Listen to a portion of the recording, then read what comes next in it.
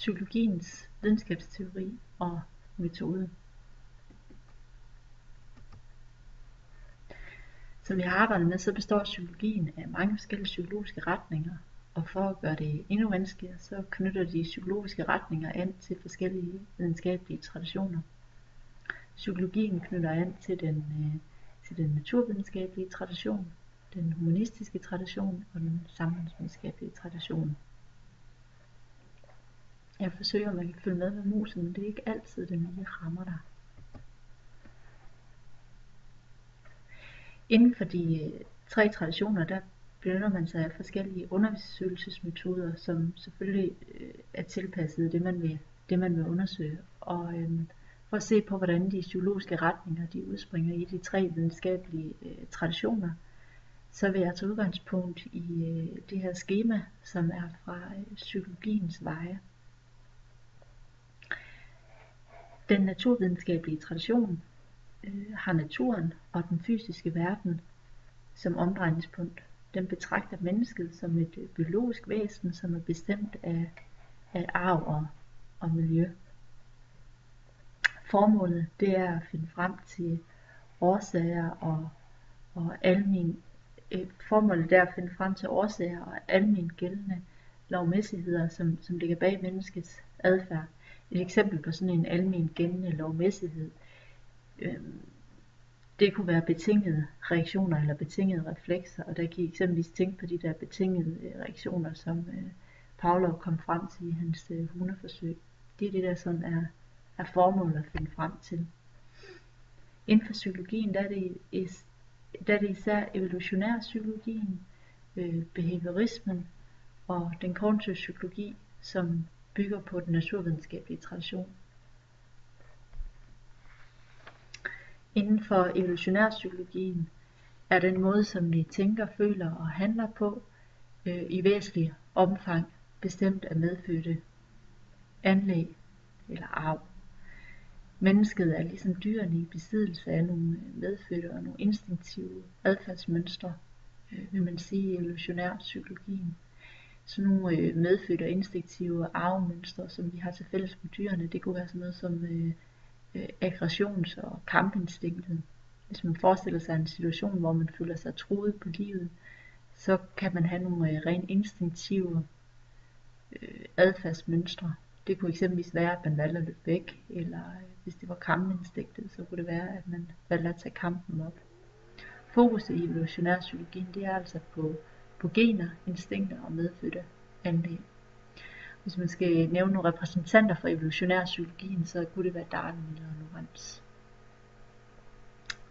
Så er der den behavioristiske eller adfærdspsykologien, som også bygger på den naturvidenskabelige tradition.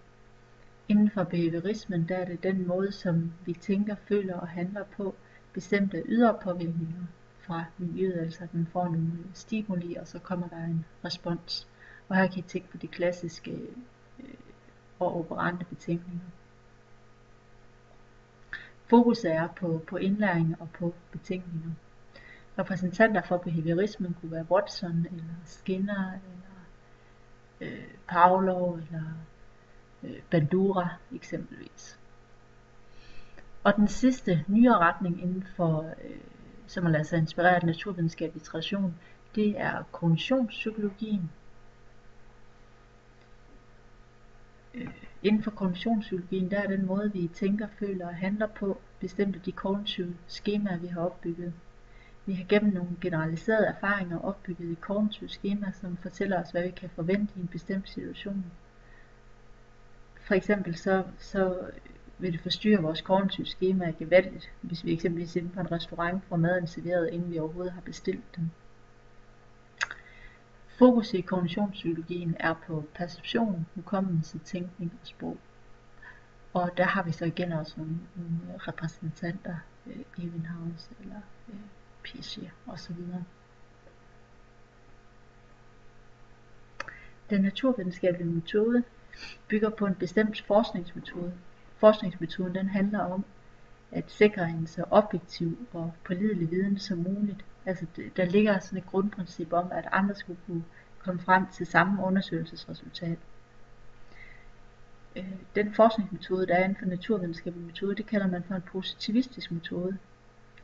Og som jeg senere vil komme ind på, så vil den positivistiske metode stå i modsætning til den hermeneutiske metode, som man finder anvendelse inden for den humanistiske videnskab.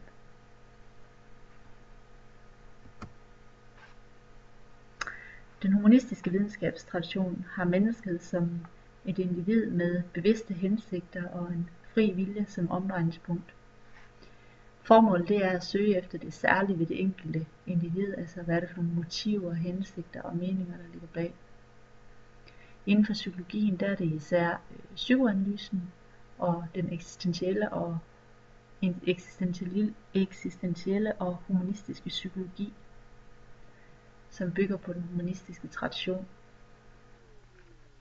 I psykoanalysen der mener man, at den måde som vi tænker, føler og handler på, det er styret af vores ubevidste og bevidste processer. Fokuset det er på drifter, på fortrængninger og psykiske konflikter, som der nu kan være i vores personlighedsmodel, altså ægget, som eksempelvis Freud arbejder ud for. Grundlæggeren af psykoanalysen det er Freud, og der er så kommet videre, der har arbejdet videre med psykoanalysen, og der kan nævnes Erikson, Mahler, Winnicott eller Stern. Inden for eksistentiel psykologi og humanistisk psykologi, der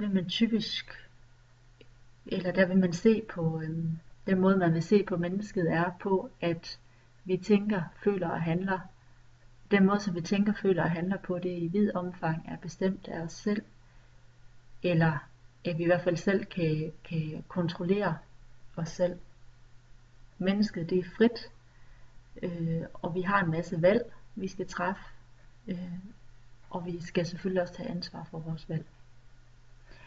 Repræsentanter for den her retning, det kunne være Kierkegaard, Sartre, Maslow, Roger May osv. Altså det er en meget filosofisk retning også. Inden for den humanistiske tradition, der vil man typisk benytte en hermeneutisk metode, hvor forskeren vil forsøge at forstå meningen eller hensigten med det mennesket gør, ved at sætte sig ind i og tolke de, hvis det er ytringer eller fortællinger, erindringer, myter, litteratur, eller det kan også være kunst for den sags skyld. Og her der består empirien, eller det vi kalder indsamlingen af data eller undersøgelsen, ikke kun i at iagttage ydre fænomener, som vi ser i den naturvidenskabelige tradition. Her vil empirien være meget mere subjektiv.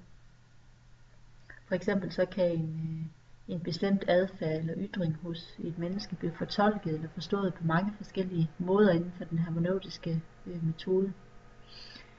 Hvilken af de forskellige fortolkninger man lægger sig vægt på, eller man lægger sig fast på, det vil afhænge af den helhedsforståelse, som man som hermeneutisk forsker har.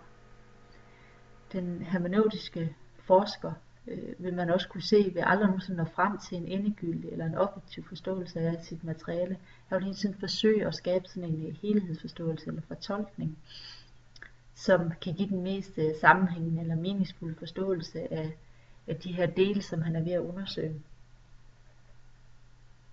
Jeg har måske stiftet bekendtskab med den hermeneutiske metode i sprogfagen, eller i hvert fald specielt danskfaget, hvor jeg forestiller mig. I dansk der har I sikkert oplevet, at der kan være rigtig mange fortolkninger af den samme tekst, eller billede, eller digt, og at der ikke rigtig er nogen endegyldige svar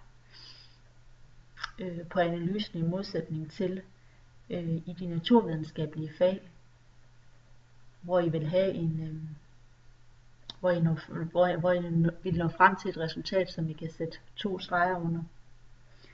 Helhedsforståelsen eller den der fortolkning, som man vil forsøge at analysere sig frem til, der vil hele tiden ændre sig inden for den hermeneutiske tradition. Jo flere facetter eller jo flere dele af det pågældende menneske, som vil blive belyst,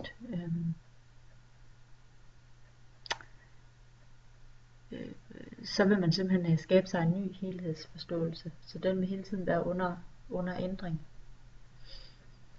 Den hermeneutiske metode den har været udsat for kraftig kritik, især for den naturvidenskabelige tradition. Behaviorismen er faktisk opstået som en modreaktion mod psykoanalysens hermeneutiske tilgang. Jeg har måske hørt om Freuds drømmetydninger eller hans terapi med hysteriske kvinder, hvor han gennem hypnose eller samtale har dyrket eller arbejdet med en masse fortolkninger ud fra de ting, han er kommet frem til, og når frem til, at der ligger fortrængte drifter eller konflikter i barndommen bag de drømme, som folk de måtte have. Og det siger sig selv, at alle de der mange fortolkninger kan ikke efterprøves, og det har så været det, som har været stridspunktet mellem behaviorismen og psykoanalysen, om videnskab først var sikker viden, når den kunne efterprøves med samme resultat hos en anden forsker. Så behaviorismen mener altså i modsætning til den hermeneutiske metode, at alt hvad vi påstår skal kunne efterprøves eller bevises. Den samfundsvidenskabelige tradition har gruppen, kollektivet og mennesket i gruppen som genstandsområdet. Formålet det er det almene, det fælles og det historiske specifikke i den måde, som mennesker fungerer i grupper og kollektive sammenhænge på. Inden for psykologien der er det specielt den eksperimentelle socialpsykologi og postmoderne, eller det vi også kalder for den socialkonstruktivistiske psykologi, som bygger på den samfundsvidenskabelige tradition. I den eksperimentelle socialpsykologi, der mener man, at den måde, som vi tænker, føler og handler på, er bestemt af de gruppesammenhænge, som vi indgår i. Det handler om at finde frem til nogle almene lovmæssigheder for individets adfærd i en gruppe. Et eksempel kunne være, at man som udgangspunkt vil rette ind efter et flertal, eller at der altid i en gruppe vil være et hierarki. Det kunne være sådan nogle eksempler på nogle almen gældende lovmæssigheder, som gælder for individers adfærd i en gruppe. Fokuset i eksperimentel psykologien, det er på roller, status, holdninger og magt. Og repræsentanter inden for den her retning kunne være sådan noget som Sheriff Ash, Milgram, Festiger eksempelvis og andre. I den socialkonstruktivistiske og postmoderne psykologi, der mener man, at den måde, som vi tænker, føler og handler på, er socialt konstrueret. Og med socialt konstrueret, der forstår man altså, at menneskets identitet og personlighed er skabt i et samspil mellem individet og omgivelserne. Altså man forsøger med andre ord at indkredse, at hvordan menneskets tænker og handlemåde det er præget af de sociale forhold, som de lever under i en bestemt historisk periode. Hvis jeg skal give et eksempel på det, så kan det være, at hvis jeg som lærer sætter jer til en opgave, som I ikke har lyst til, så vil I indgå i en forhandling med mig i håb om at kunne ændre på opgaven. Og man kan sige, at den slags ulydigheder var ikke fundet sted for 20 år siden, fordi der havde den historiske kontekst været den anden, og der havde man langt højere autoritet for læreren, end man desværre oplever i dag. Den samfundsvidenskabelige tradition står med et ben både i naturvidenskaben og i humanvidenskaben. Den er præget af den naturvidenskabelige tradition, når den søger efter det fælles almene i den måde, som mennesker fungerer på i grupper. Og her vil man ofte benytte sig af den positivistiske metode. Men på den anden side, så er den også præget af humanvidenskaben, når den på hermeneutisk vis fortolker kulturelle fænomener i lyset af det her historiske, specifikke eller kulturelle sammenhænge, hvori mennesker indgår i. Inden for socialpsykologien, der kommer den her splittelse mellem naturvidenskaben og humanvidenskaben til udtryk i forskellen mellem den eksperimentelle psykologi og den moderne socialkonstruktivistiske psykologi.